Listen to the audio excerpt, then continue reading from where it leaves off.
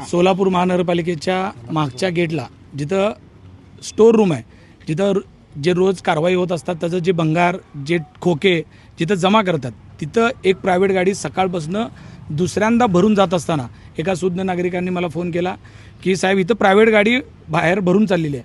मी इथं जेव्हा आलो तेव्हा एक लक्षात आलं, बाहेर जी गाडी आहे छोटा हत्ती ह्याच्यात भरून चाललेलं भंगार आहे. आणि भंगार हे कुठं नेत आहे म्हणलं तर आम्ही जेव्हा एंट्री केली त्यावेळेस अकुलवार मॅडम समोर आले तर ते भरणारे 4 जण आणि इथले जे असलेला जो कर्मचारी हे सगळे पळून गेले.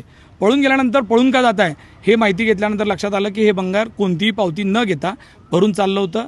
आणि मग ही गोष्ट लक्षात आल्यानंतर आयुक्त साहेबांना इथं बोलवून घेतलं आहे, सभागृह नेता नरेंद्र काळे साहेबांना बोलवून घेतलं आहे. त्यांनी मग आल्यानंतर बाकीची हकीकत बघितलेली आहे. आमची अपेक्षा अशी आहे की शहरामध्ये रोज अतिक्रमण काढत असताना आम्ही कुणीही त्यांना अडवत नाही.